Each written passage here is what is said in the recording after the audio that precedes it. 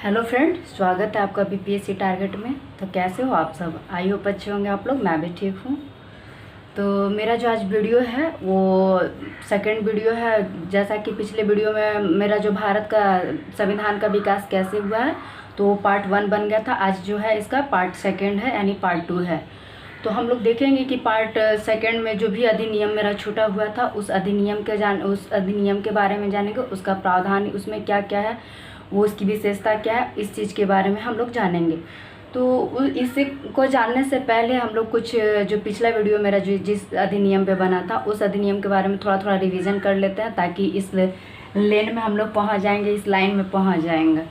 तो जैसा कि मैं बता दी थी, 1773 का रेगुलेटिंग एक्ट और 1784 का पिट्स इंडिया एक्ट, 1813 का चार्टर एक्ट। अब 1833 का चार्टर अधिनियम पढ़ना है, जैसा कि आप लोग देख सकते हैं।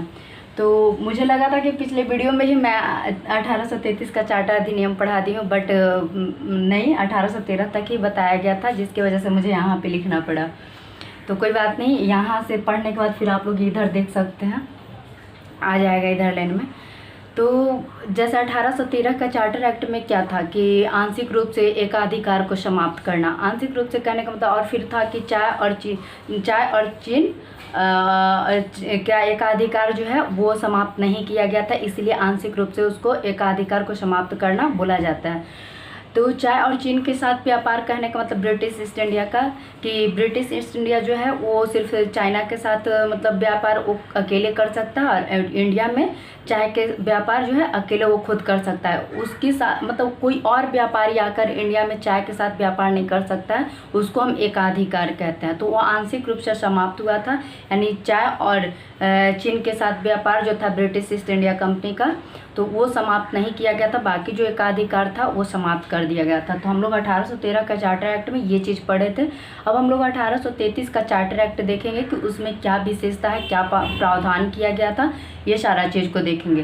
तो 1813 का चार्टर एक्ट में जो आंशिक रूप से एकाधिकार को समाप्त किया गया था वो आगे चलकर 1833 में एकाधिकार को पूरी तरह से समाप्त कर दिया जाता है। जो चाय और चीनी के साथ था ना एकाधिकार, मतलब वो भी 1833 का चार्टर अधिनियम में पूरी तरह से एकाधिकार को समाप्त किया जाता है।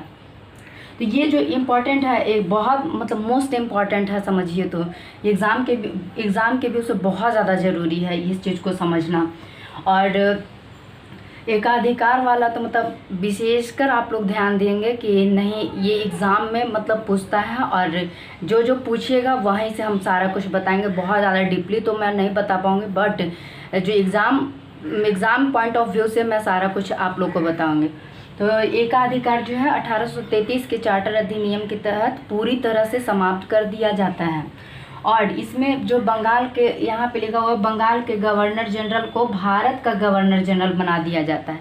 इसका कहने का मतलब है कि पहले बंगाल में गवर्नर जनरल होते थे। जो 1773 का रेगुलेटिंग एक्ट हम लोग जो पढ़े थे, जिसमें क्या था कि बंगाल के पहले गवर्नर होता था, उसको बंगाल का गवर्नर जनरल बनाया गया था 1773 का रेगुलेटिंग एक्ट के तहत। अब यहाँ पे क्या है कि 1833 के चार्टर एक्ट के तहत अब बंगाल के गवर्नर जनरल को अब भारत का गवर्नर जनरल बनाया जा रहा है। तो अब यहाँ पे ये भी बहुत इंपॉर्टेंट है, ये दोनों इंपॉर्टेंट, बहुत ज़्यादा इंपॉर्टेंट है कि बंगाल के क्वेश्चन पूछा जाएगा कि बंगाल के गवर्नर को बंगाल का गवर्नर जनरल किस अधिनियम या किस चार्टर एक्ट के तहत किया गया है।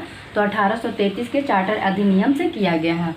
और इसमें 1833 के चार्टर एक्ट के तहत में और क्या किया गया है कि दास प्रथा को समाप्त किया गया है।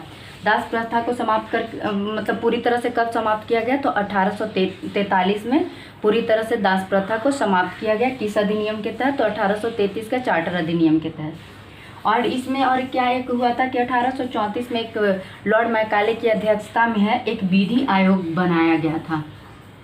किसकी अध्यक्षता में एक विधि आयोग बनाया गया था, तो लॉर्ड मैकाले की अध्यक्षता में 1834 में विधि आयोग का गठन किया गया था। तो ये सब जितना भी 1833 का चार्टर एक्ट के तहत किया गया, यह हम लोग के लिए बहुत ज़्यादा इम्पॉर्टेंट है। तो आप लोग देख लिए एकाधिकार को पूर्णतः समाप्त किया गया। बंगाल के गवर्नर जनरल को भारत का गवर्नर जनरल बनाया गया और 1843 में दास प्रथा को पूरी तरह से समाप्त कर दिया गया और 1834 में लॉर्ड मैकाले की अध्यक्षता में विधि आयोग का गठन किया गया। 1833 का चार्टर एक्ट ये खत्म हुआ। अब हम लोग को देखना है 1858 का भारत शासन अधिनियम। अब हम लोग यहाँ पे आ जाएंगे। तो 1858 का जो भारत शासन अधिनियम है, इसमें अंग्रेज जो पहले ये ईस्ट इंडिया कंपनी यहाँ पे व्यापार करने के लिए, मतलब ईस्ट इंडिया कंपनी के ऊपर सारा अधिकार होता था, वही सारा देख रेख करता था, सब कुछ ये ईस्ट इंडिया कंपनी करती थी। लेकिन फिर जब 1857 का महान क्रांति हुआ, जिसकी वजह से बहुत ज़्यादा मतलब अंग्रेज भी डर चुके थे कि अब इंडिया में मतलब थोड़ा सा अब हम लोग को रहना मुश्किल है, इसलिए अब जो ब्रिटिश ईस्ट इंडिया जो सारा मतलब शासन करते थे इंडिया पे, वो अब इंग्लैंड के राजा को दे दिया गया। 1858 के चार्टर अधिनियम के तहत इंग्लैंड के राजा को दिया गया और इंग्लैंड के राजा जो है वो दो मतलब व्यक्ति को भेजते हैं, दो मतलब वहाँ से भेजा जाता है, एक वायसराय को भेजा जाता है, एक वायसराय को बनाकर भेजा जाता है, एक राज्य सचिव के। तो ये चीज़ हो गया कि 1858 के अधिनियम में राजा मतलब राजा के हाथों में शासन चला जाता है और एक वायसराय और एक राज सचिव बनाकर भेजते हैं इंडिया में। तो इसमें ज़्यादा कुछ नहीं है और ये फिर अच्छे से शासन नहीं करने के वजह से फिर वहाँ ब्रिटेन की महारानी विक्टोरिया को फिर शासन दे दिया जाता है 1876 ईस्वी में। अच्छे से मतलब काम नहीं करने की वजह से फिर 1876 ईस्वी में ब्रिटेन की महारानी विक्टोरिया के हाथों में चला जाता है। ये 28 अप्रैल 1876 को महारानी विक्टोरिया के हाथ में ये शासन चला जाता है। अब हम लोग 1861 को भारत परिषद अधिनियम देखेंगे, क्योंकि जब राजा अच्छे से काम नहीं करता है, जिसकी वजह से 1861 में भारत परिषद अधिनियम लाया जाता है। इसमें क्या होता है और इसमें क्या प्रावधान किया गया है, ये हम लोग देखेंगे। तो ये जो 1861 का भारत परिषद अधिनियम जो आता है वो लॉर्ड कैनिंग के समय में आता है, क्योंकि इस समय में कौन वायसराय रहता है, तो लॉर्ड कैनिंग रहता है। और 1858 के अधिनियम से ही गवर्नर जनरल जो अंतिम रूप मतलब गवर्नर जनरल अंतिम रूप से लॉर्ड कैनिंग बनता है और फिर यही आगे चलकर भारत का या प्रथम वायसराय बनता है। तो हम लोग 1861 का भारत परिषद अधिनियम जो लॉर्ड कैनिंग की अध्यक्षता में आता है, लॉर्ड कैनिंग के समय में आता है। इसमें क्या होता है कि विभागीय प्रणाली, जिसको हम पोर्टफोलियो भी कहते हैं, इसमें क्या होता है कि अलग अलग मंत्रालय बना दिया जाता है। बहुत ज़्यादा कुछ नहीं है इसमें, बस अलग अलग मंत्रालय बना दिया जाता है। इसी को हम पोर्टफोलियो भी कहते हैं या विभागीय प्रणाली भी कहते हैं।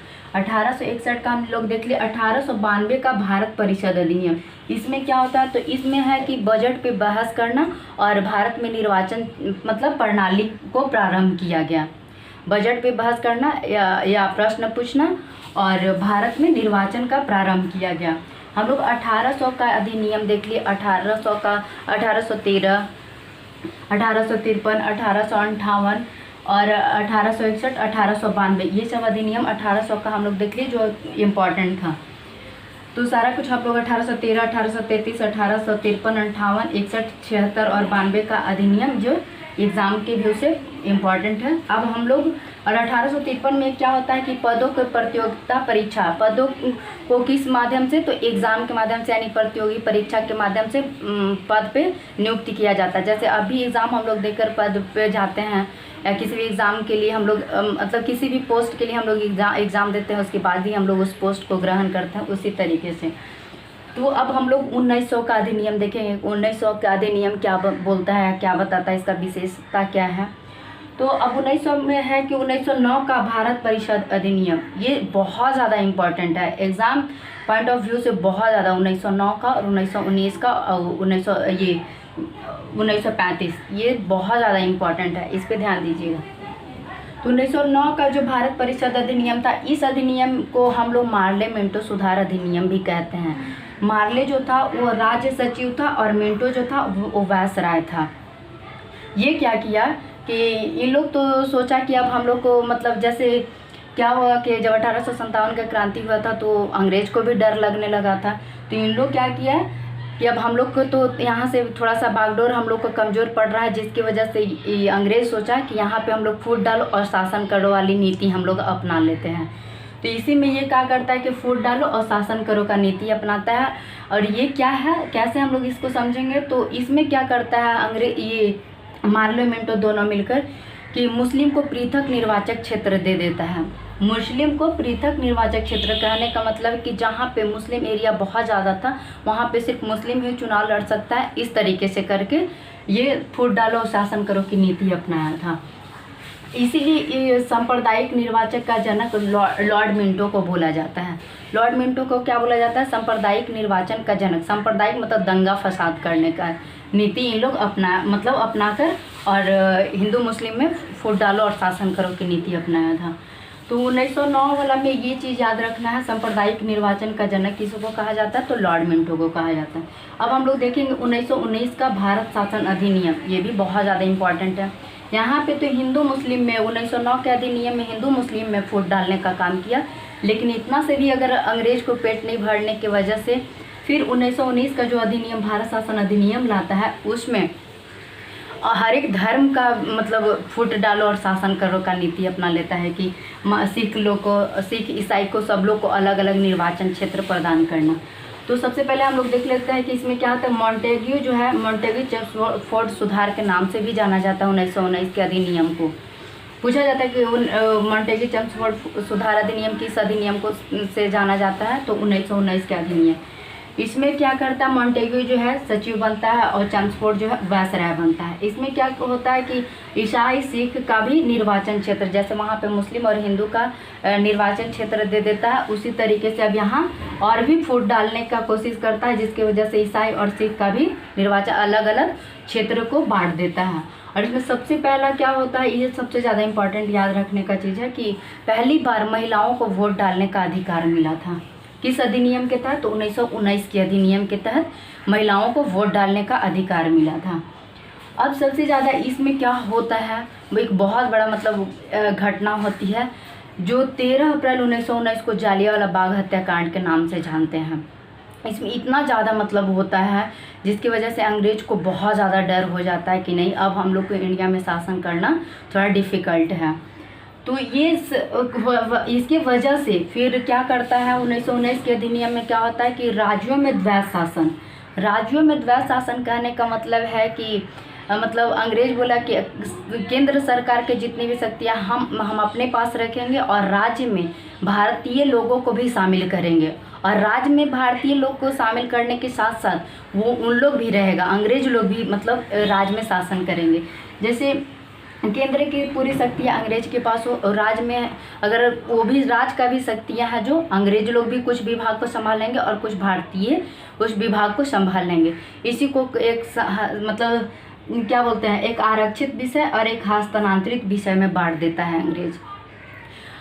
आरक्षित विषय कहने का मतलब कि जो यहाँ पे विभागीय प्रणाली बना था 1861 में, जो विभागीय प्रणाली बना था उसकी तहत मतलब क्या किया कि जो अच्छा विभाग था वो अंग्रेज अपने हाथ में कंट्रोल में रखता था, और जो थोड़ा सा उतना अच्छा वाला विभाग नहीं होता था वो भारतीय लोगों को दे देता था। जैसे शिक्षा, पुलिस, पुस्तकालय, उद्योग, ये सब भारतीय के हाथ में, और जो अच्छा विभाग, न्याय करना, पुलिस विभाग, ये सब जितना वित्त विभाग, जितना भी अच्छा वाला होता था वो अंग्रेज अपने हाथों में रखा।